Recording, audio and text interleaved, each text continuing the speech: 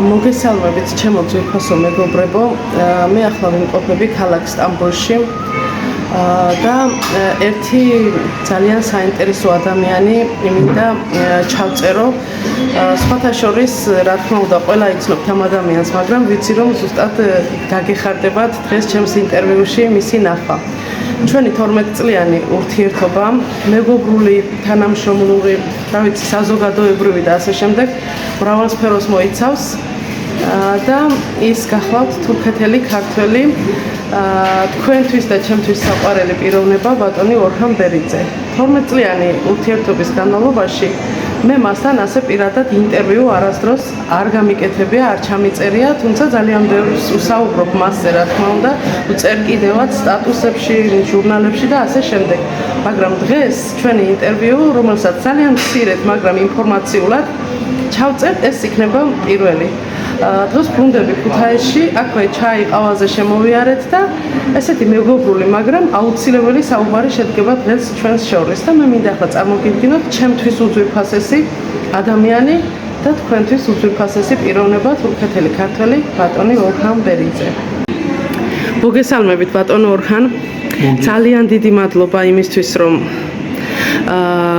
მასპინძლობთ ამ ეტაპზე ამ წუთში აგერ ჩაისა და ყავას მივირთმევთ მე და თქვენ მეგობრული შეხვედრა გვაქვს საუბარი და ჩემი გაცილების მომენტია ხო და ვისარგებლე იმით რომ ჩვენ ამდენჯერ ხო 12 წლის მანძილზე ბევრჯერ შევხვედრივართ ერთმანეთს თუმცა აქვე კაფეში გადავწყვიტეთ თქვენთან საუბარი ეს ნიშნავს იმას რომ ჩვენი ურთიერთობა ძალიან მეგობრულია დღეს მინდა ზოგადად ვისაუბროთ თქვენს შესახებ მოკლედ მაგრამ აუცილებელი საუბარი მინდა იყოს ჩვენს შორის, იმიტომ რომ საზოგადოებას თქვენ შესახებ ბევრი ინფორმაცია აქვს, მაგრამ მაინც ყოველთვის აინტერესებს თქვენი ბავშვობის, თქვენი მოღვაწეობის და ასე შემდეგ. შეიძლება აქვთ ეს ინფორმაცია, მაგრამ მოდი კიდევ ერთხელ ვისაუბროთ.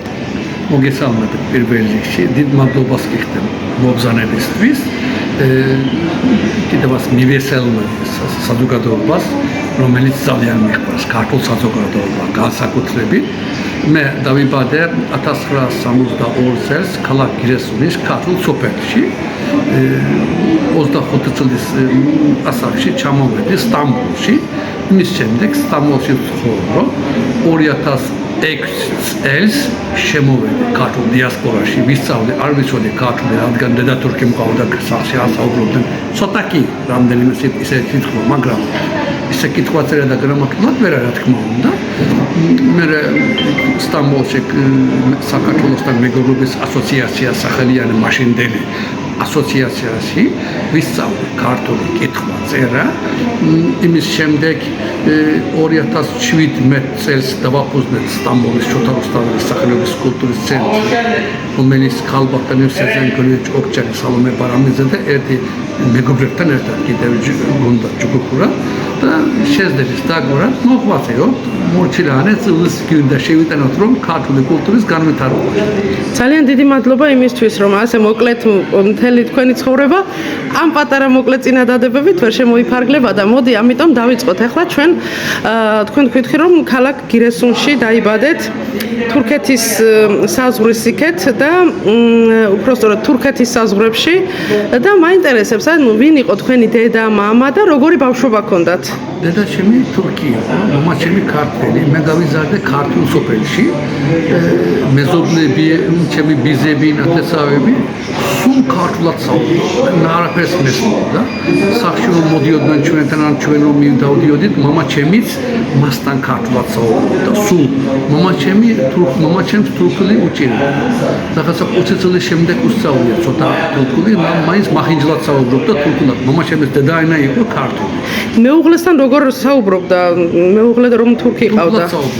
თურქულად. დედა ჩემთან. იმიტომ მე არ ვიცოდი იმ დონეზე. ანუ საერთოდ თურქეთელი ქართველები, ვინც მშობლები ქართველი არიან, ორივე ცოტა თუ ბევრად იციან ჩვენი ტოლი, ჩვენი ასაკეთქვა. შენთვის ბავშვობაში უფრო დედის ენა იყო ახლობელი, ხო? მომ ეს თავისთავად. ხო და მე რაღაცა არაფერს მესმოდა. მე სანამ ქართული ვისწავლე, მე ბაბუაზე, ანუ ჩემი წინაპრებზე წელილი დავზერე, რომ ანუ დიდად პატივცემულა ბაბუა, ასე იწყება. მოკლედ უთხარი რომ თქვენ არ იცოდეთ თქვენ თურქული არ იცოდით, სულ ქართულად საუბრობთ, მაგრამ შეიძლება არ იცოდით კითხვაწერა. მე ეს ბარათი წავედი მომას საფლავზე და ვუთხარი მომას რომ მამაო, მე შენზე მეტი ვისწავლე ქართული, უფრო მეტი კითხვაწერასაც ვისწავლე. მამა წნაპრებო, ყველამ ადექით საფლავებიდან და 1 საათით ქართულად ვისაუბროთ და მე ერთად დავსვათ.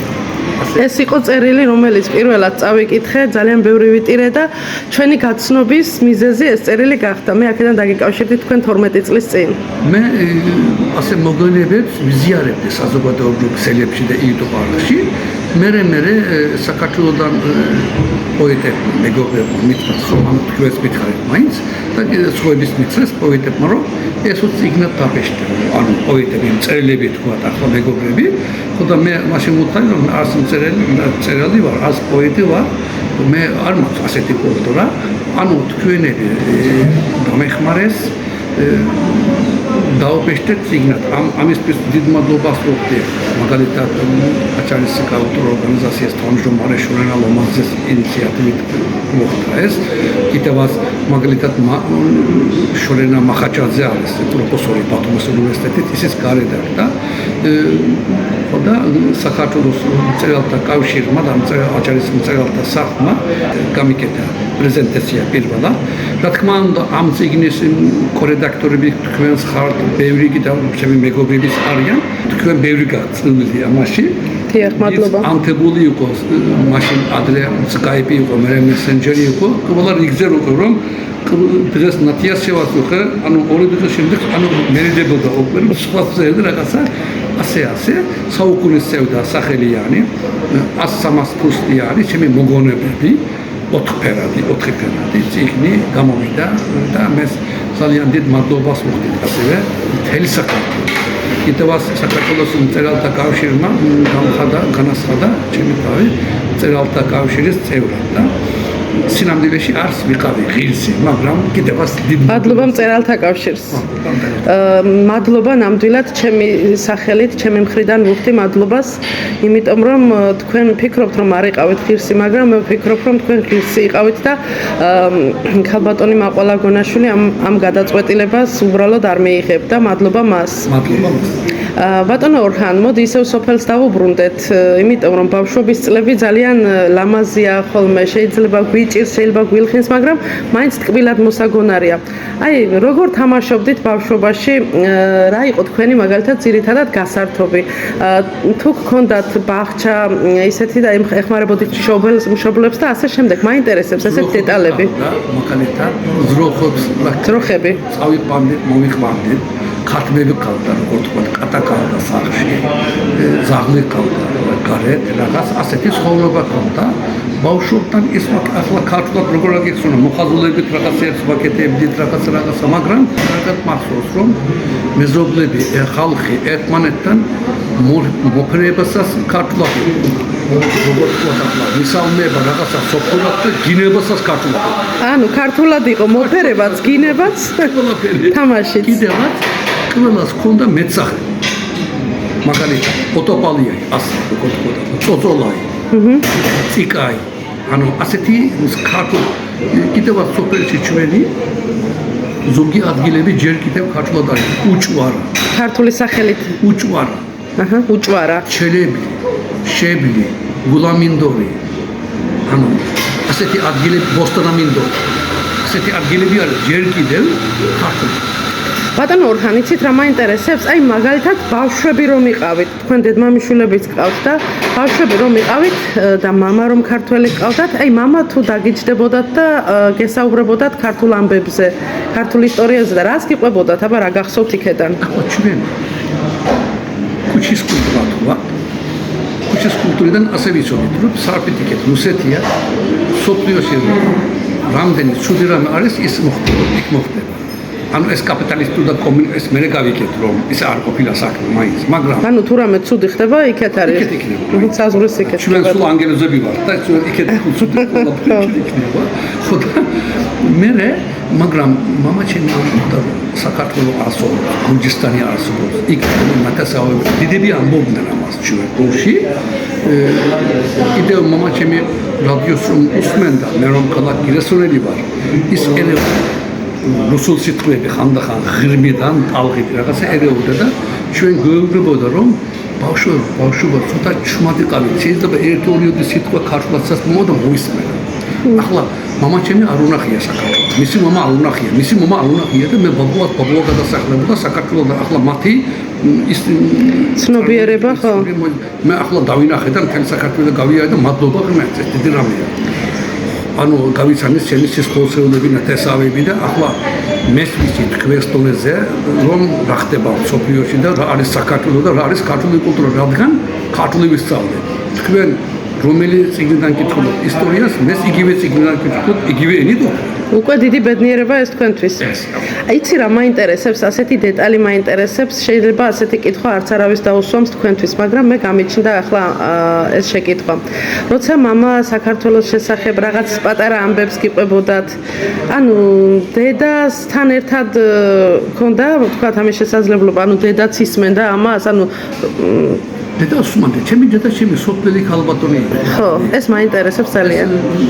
გაუნათლებელი იყო, მაინც არა იმას გეუბნები, განათლებული ის არ იყო, მე ნასწავლებელი არ იყო, სოფლელი სუფთა ის იყო, როგორ გეტყვი. სოფლის ქალი იყო, დედა ჩემს ისეთი კრიტიკა თუ რაღაცა არ ქონდა. არ ქონდა, თქვათ, აგრესიული დამოკიდებულება საქართველოს და ქართველების შესახებ. მაინც ქმარი, მაინც ქართველი ყავდა. ესეთი რამე არ გამიგია, არ შეჭი თურქთან რომ რაღაცა ქართული კულტურის შესახებ აგრესიული თუ რა აღდგენა არც გამიგია. შეიძლება იყოს, მაგრამ მე არ გამიგია დღემდე. ანუ არასდროს არ უთქვამს, რომ ბავშვებს ნუ ელაპარაკები საქართველოს შესახებ. პატივისცემა თქვენს დედას. ღმერთმა აცხონოს. მაგრამ იმიტომ მე დედა ჩემი რომ ასე იყო, მე დედა ძალიან მიყვარს. მე იმიტომ გვარი დავიბრუნე სასამართლოში, სტამბოლის თურქეთის მთავარი სასამართლოში, თურქეთის პირველად ეთნიკოსების შეასი, ბერიძე გვარი, ქართული გვარი დავიბრუნე, მაგრამ სახელი არ შევიცვალა. რატომ და ორფანის სახელი სუბტიტრის სახელია და დედას პატივცემულად მეს არ დავიბრუნე. სახელი დაიტოვეთ დედის საპატივცემულოდ, გვარი მამის საპატივცემულოდ. დიდი ადამიანი ბრძანდებით ნამდვილად. 25 წლის ასაკში წამოხვედით დიდ ქალაქში, სტამბოლში. აი, აქედან როგორ დაიწყო შემდეგ თქვენი ცხოვრება მაინტერესებს. სტამბოლური ცხოვრება როგორ დაიწყო? სტამბოლში მე რომ მოვედი, მუშაკად და ჩაიც მიირთვით, თორემ გაგიცივდებათ, მეც ყავას მივირთმევ. თან ვისაუბროთ. მადლობა. დავიწყე მუშაკად სტამბოლის მერიაში. ბალახი ბავდეთ, კი? მუშაკი. 5 წელიწადი მუშაკად. მე 5 წელიწადი შეფი ვიყავ და პარკების კამპოტილის. მე 5 წელიწადი სტამბოლის სატრობოდოს წევრი გავხდი, არჩეული 40,000 ადამიანმა ხმა მომცა. ანუ ისეთ ხმა მინდა ანუ მუშაკიდან მეროობა. ეს გადაწყვეტილება თავად მიიღეთ, რომ არჩევნებში მონაწილეობა მიგიღოთ, ესეც მაინტერესებს. მიყვარს მე ახლა ცხოვრება მაგრამ პირველი ვარ ასეთი რაღაცებზე მაინც მუშაკი სახთა საკრებულოს წევრი. მე 5 წელიწადი ჩემი რაიონის მერის მოადგილე ხარ და მე ბოლოს მიწახლა წელიწადი ვიყავი მაშველი მიწისწვლის როგორც სადაც ვასწავლები მაშველებდა. ასე ახლა უკვე ვარ პენსიაში 15 წელი ინსტიტუტის სამინისტრო სიტყვით და ზეპირის სიტყვით და წერილი თარგმნელი ვიყავი. ახლა ბოლო 4-5 წელია არ ვთარგმნე, არც დავდივარ სოფლებში დავდივარ პენსიაში ვარ, მაგრამ კიდევ უკვე ასაკში ვარ და უფრო სოფელი მაინტერესებს, მიწა მიყვარს. თანაც საქართველოში დავდივარ, აქ დურო არ მაქვს და არ ვქნა. პირველად ვინ შეგასწავლათ დედაენა? საიდან დაიწყო თქვენი დედაენასთან ურთიერთობა? 2000 თურქეთში 2005 წლამდე სხვა ეროვნების სახელით ასოციაციის დაფუძნება, ასე საქართველოსთან სახელით დაფუძნება აკცალული იყო. თურქეთის სახელმწიფო 2005 წელს კანონი მიიღო პარლამენტში, რომ უკვე გაათავისუფლდა სხვა ეთნიკოსების სახელით. რაც შეეხება თურქეთში ბათუმელების სახელებით, კავკასიის სახელებით, აჭარის სახელით რაღაცა იყო რამდენიმე ასოციაცია, მაგრამ მაინც თურქებისთვის ეს სხვა ეთნიკურად არ ჟღერს, ცოტა ის ჟღერს, შინაურად ჟღერს. პირველად მაშინ დააფუძნდა 2005 წელს საქართველოსთან მეგობრობის ასოციაცია, მეს გავწერიანდი. იქ 2006 წელს დავიწყეთ ქართული კურსები, ეს პირველი იყო თურქეთში, ქალბატონი მანანა გულგენიძე იყო ჩვენი მასწავლებელი. ისეთი ათიანი ჯგუფი ყავდა, რომ მაგალითად სეზენგონეჯ ოქჩენი სალომა ბარამეზე, ეშრეფი მახარაძე, ფეჰმი ზალუსტიაშვილი, ფაზდიქაია იყო, კიდევ დავუდ კაპტანი იყო. ანუ რას ხელი გულისხმობ, ვინც იყო მაშინ ჩვენი სტუდენტები, უკვე ისინი არიან ზოგი ასოციაციის დამფუძნებელი, ზოგი თავმჯდომარე თუ ასე შემდეგ. ანუ ჩვენ მაშინ მარტო ქართულ ენას არ ვსწავლობდით თურმე, მაშინ ვერ მიხდით ამას. ახლა მივხვდით, რომ ჩვენ ქართულ კულტურასაც ვისწავლეთ, მაინც და ასეთი წვრილები შეიტანა ყველა მარტო მათ. ანუ მე მაშინ კითხვაზე ვისწავლე, მანანამ მასწავლე ქალბატონი, ცოტა საუბრების რაღაცების დიალოგებია, მაგრამ დანარჩენი მე ჩემით გავაქცე და მე ერთი ჩემი საუკუნის ცევდაციკში სათაური მაქვს, ჩემი ქართული თქვენი ხელში გაიზარდო. ანუ ბავშვი როგორც დედას ხელში გაიზრდება, ჩემი ქართულის ვინც მისმოთ და მეგობრობს საქართველოს და თქვენსავით, ამ შემთხვევაში თქვენს ქართველები ყველა წვლილი აქვს ჩემი ქართულზე ცოტა თუ ბევრი. კიდევ მე ვსაუბრობ საქართველოს ყველა კუთხის კილებით. 20 მეტი კილო რომ არის ქართულში. მე ვისთან მეგობრობ, მისი კილოდან ის მატრაკია. ესე იგი თქვენ არა მარტო ქართული ისა ენა ისწავლეთ, არამედ კილოკავებსაც მოერიეთ, ხო? მე ასე ვთვლი, ჩემი კილო ქართული კილოების ბოლო კილო, რამბრეზეც კილო.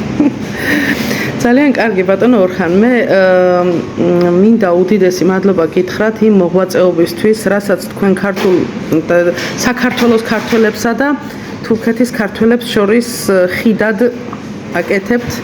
ძალიან დასაფასებელია და მე ვფიქრობ, რომ ეს წიგნი ძალიან ძვირფასია საუკუნის სევდა, მაგრამ ამაზე მეტად კიდევ მე გისურვებთ, რომ მომავალ თაობას დაეფასებინოს ეს თქვენთვის და ასეც იქნება, ეჭვი არ მეპარება ამაში. შოთა რუსთაველის კულტურის ცენტრის შესახებ მინდა გკითხოთ, ანუ თქვენ იყავით ქართული კულტურის ცენტრის თანადამფუძნებლებით. ხართ, დიახ და შემდეგ დააფუძნეთ შოთა რუსთაველის სახელობის კულტურის ცენტრი. თურქეთში ბევრი ასოციაცია, მაგრამ ქართული კულტურის სახელი ბევრია მაინც.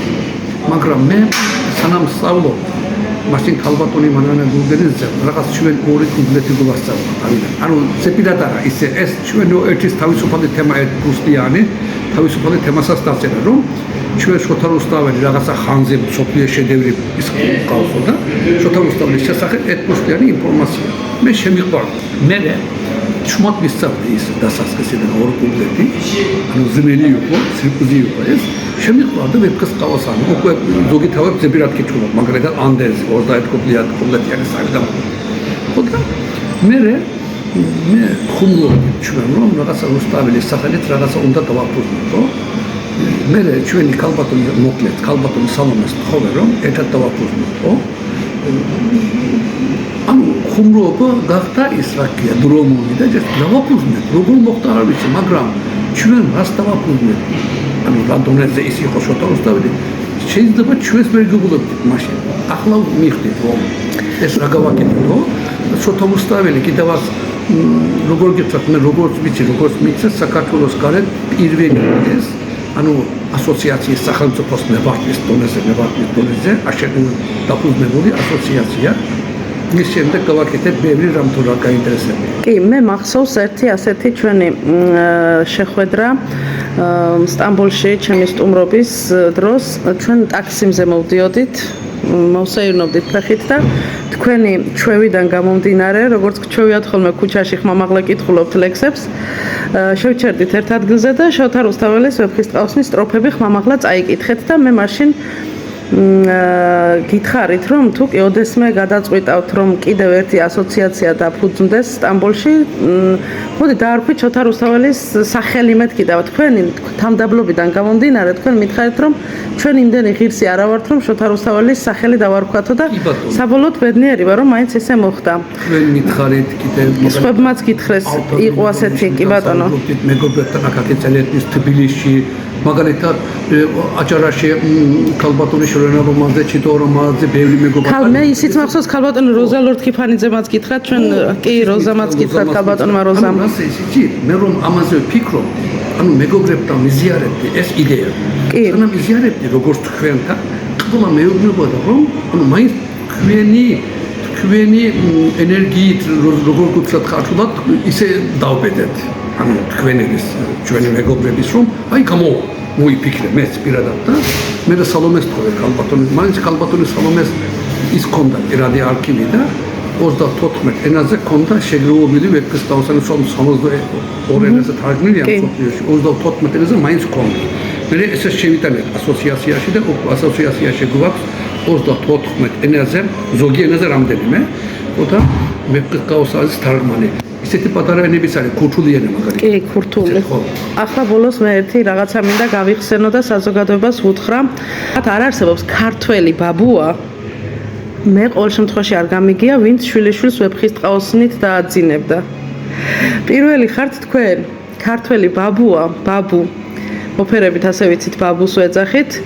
ვინც შვილიშვილს დაძინების წინ ვეფხის ტყაოსანს უკითხავს და ეს იმდენად ემოციურია და ეს იმდენად სულისმიერი კავშირია ჩვენს კულტურასთან მარტო ამით დაამტკიცეთ თქვენ რომ ნამდვილად ქართველი ხართ და გიყვართ საქართველო ხანდახან ესე ითულობ ეს ილუსტროს იავნანა ხო და კიდევ ახლასაც 4 წლის გახდა ის შიმილი 20-მდე დათვლა იცის ახლა 20-მდე დათვლა საქართველოს ვერ გაიგებენ აქ უცხოეთში ძალიან დიდი მნიშვნელობა აქვს ამას კი ბატონო არა 4 წლის ბავშვი 20-მდე არა მაინც დათვლა მაინც იცის აქ დიდი მნიშვნელობა აქვს მაგალითად მე საქართველოს დაწერილი ლექსი მაქვს საქართველოს ჩისლაჟვა და სხვაფერი აქვს თითქმის ზეპირად იცის ანუ საქართველოს რომ მეურვე ჩისლაჟვა და სხვაფერი აქვს ამბობს გაიმეორებს ხო და ვეფხის ტყაოსანი ერთ რამ პირველად გეტყვით ახლა მე ერთხელ მომივიდა იდეა რომ ჩვენ მეგობრებთან რომ საქართველოს ქართველებთან გავიზიარო როგორ ვაზინებ დავსულ და ანდერზე დავიწყე ანდერს ახლა 30 კუბლეტიანია ახლა ანდერს კითხულობ თავიდან გავუხარდა რომ შეშმოვილია გავუხარდა რაღაცა სოფლისა ნაზრახს რაღაცა რომ ბოლოს მეორე რაღაცა 3-4 კუბლეტი დარჩა უკვე ბავშვმა გაბრალდა თითქოს მაშინ ის იყო რამდენი თვიანი რაღაცა მეუბნება ანუ თითქოს მეუბნება რომ ეყოფა რამდენი თავიდან ბოლომდე გინდა და მე დაიწყო ტერილი თავიდან ისინოდა ანუ ხენილი ისმანი თითქოს მეუბნებოდა რომ დაამთავრდა რა ძალიან დიდი მადლობა ამისთვის და კიდე იმასაც ვიტყვი რომ თქვენ ხომ ისწავლეთ 45 წლის ასაკში ქართული ენა და წერა კითხვა მე თავად გახდით მასწავლებელი და იქეთ ასწავლიდით და ასწავლით დღემდე საზოგადოებას 2009 წელი 3 წელი ვასწავლე ესე უფასოდ იმიტომ გეუბნებით რომ გულით ვაკეთებ რასაც ვაკეთებ ანუ იმიტომ ახლა შეიძლება უხერხული ამის თქმა მაგრამ ჩვენ მე დღემდე კერძო სასწავლებლებს უფასოდ ერთხელ დამპატიჟა სასწაულად ინეგოლის მარმარეს ფედერაციის თავმჯდომარე ომარ დემიტაშმა მაშინ იყო ინეგოლის ასოციაციის თავმჯდომარე და მოვიდა გაკვეთილი ჩაატარებინა მე ვთქვი როგორ მოვსტამბოლი და ვერტფრენჩ ხომ ვერ მოვალოთხარი ერთი დღე მაისკოდიო წავედი აქედან 7 საათზე გამოვედი სტამბოლიდან გემი რაღაცა მარშრუტები და 12 საათზე ვიყავი სტამბოლში 3 საათი ვიყავი ინეგოლში 40-იანი ის იყო ჯგუფი ხო და 40-იანი ჯგუფი მაინც ვიღაცა გარდაიცვალა და ზოგი ვერ მოვიდაო მადლობა ღმერთს რომ ვერ მოვიდა ახლა რამდენი იქნება 40-იანი ჯგუფი 100-იანი ხომ არ იქნება ხო და ერთ დღიანი გაკვეთილი ჩავატარე ეს იყო ისტორიაში პირველი ჩემი და მათიც ხო და იმის შემდეგ რა თქმა უნდა მე ვუთხარი მათ რომ ერთი მასწავლებელი იპოვეთ ვუთხარი ანუ ხაცა მე იპოვეს მასწავლებელი რა თქმა უნდა მე არ გამომიდოდა მაგრამ ასეთი სახსოვარის მაგ ანუ ისეთი თქმა მინდა ჩვენ ქართველებს ჩვენ ბევრი გზა გავიარეთ ჩვენ საქართველოს შოთა რუსთაველის სახელობის კულტურის ცენტრი და სხვა ასოციაციებში ჩვენ ზმური ასოციაციები ქართულ ასოციაციებში ბევრი რამ გავაკეთეთ ვერტლი უფრო საინტერესო იყო ბათუმში პირველი საერთაშორისო ვეფხის ტყაოსანის ფესტივალი გავაკეთე და ბათუმის სახელმწიფო შოთა რუსთაველის უნივერსიტეტის საავტორ ორგანიზაცია კიდევაც ხელოვნური ცენტრი მუსიკალური ბათუმის და სტამბოლის შოთა რუსთაველის კულტურის ცენტრის სახელით ანუ რას გეუბნებით 20-იანი ჯგუფი წავიყვანეთ მაშინ აქედან პირველად ის თურქეთში დაფუძნებული ასოციაცია საქართველოში მასპინძია. შეიძლება ანუ ასე. კი, მეც გახდით მაგ ღონისძიებაზე არაჩვეულებრივი პროექტი იყო და თქვენ იქიდან წამოიღეთ პროექტი ვეფხისტყაოსნის ხელით გადმოწერის შესახებ, ხო? ორმხრივი პროექტი. კიდევ ახლა ის არის ბათუმის შოთა რუსთაველის უნივერსიტეტთან ერთობლივად წერ ვეფხისტყაოსანს ხელნაწერი. ხო და ის იდეა მოვიპარეთ ჩვენ, გავაკეთეთ ის წიგნი, ერეთში დავასწრინეთ, ერეთი უკვე დაამთავრდა წამოვიღეთ აქ სტამბოლში, ერეთში დაიკო მასწავლებელია მადლობ მას და უთრაშვილი, ხო და ის წიგნი უკვე არის ქუთაისში. მერაბკევიცარის ბიბლიოთეკაში. ახლა ჩვენ გქონდა სამეცნიერო კონფერენცია საქართველოს თურქულ-ქართულ ურთიერთობებში. ეს გავაკეთეთ აკაკეცერეთის სახელმწიფო უნივერსიტეტთან ერთად. ახლა ჩამობზანებული იყვნენ 10 მეცნიერი რექტორის და აკაკეცერეთის უნივერსიტეტთან გუშინ გავასწინეთ მათ. დიდ მადლობა მათ, თქვენს იყავით აქ მაინც ახლა გაგაცილებ. ბათუმიდან იყვნენ კიდევ საკულტურო ორგანიზაციის თავმჯდომარე იყო, კიდევ იყვნენ სტუმრები და თურქეთის სხვადასხვა ტერიტორიებიდან და რა თქმა უნდა სტამბოლიდან. ეს იყო 40-იანი ის სტატია შეიტანებენ ახლა და წიგნად დავაფეშტავთ აკაკეცერეთის უნივერსიტეტის მომსახურეებით დახმარებით. ახლა მე კიდევაც კონსულის ჩამობზონდა ჩვენი სტამბოლის ალექსანდრ ჭიშკარიანმა. ყველას დიდ მადლობას ვუხდი. ეს გაკეთდა ეს პროგრამა სტამბოლის ბეიკენდის უნივერსიტეტში. უნივერსიტეტი კიდევ ნიშანტაში სტამბოლის ნიშანსათის სახელობის უნივერსიტეტი არის და იქ ლექტორად მუშაობს ასოცირებული პროფესორი ინდრა კუტკარაძე, ჩვენი გოგო, ჩვენი ია. და ია საშუალებით გავაკეთეთ იქაც გუშინ კონფერენცია. თორი სალომე ბარამიძესთან ერთად ვიყავით რამდენიმე დღიანი ის იყო მაშინ ვიზიტი. მადლობა თქვენ რომ მაშინ დამპატეჟეთ და გამასწავლეთ ქუთაისელები. ახლა რა თქმა უნდა თითქმის ნახევარ ქუთაის ვიცნობ. კი ბატონო. გამარჯობა არ მოუგრებიან, გამარჯობა. არა, თითქმის იქაური ვარ, ეს და გამარჯობა მეუბნებიან ქუთაისში.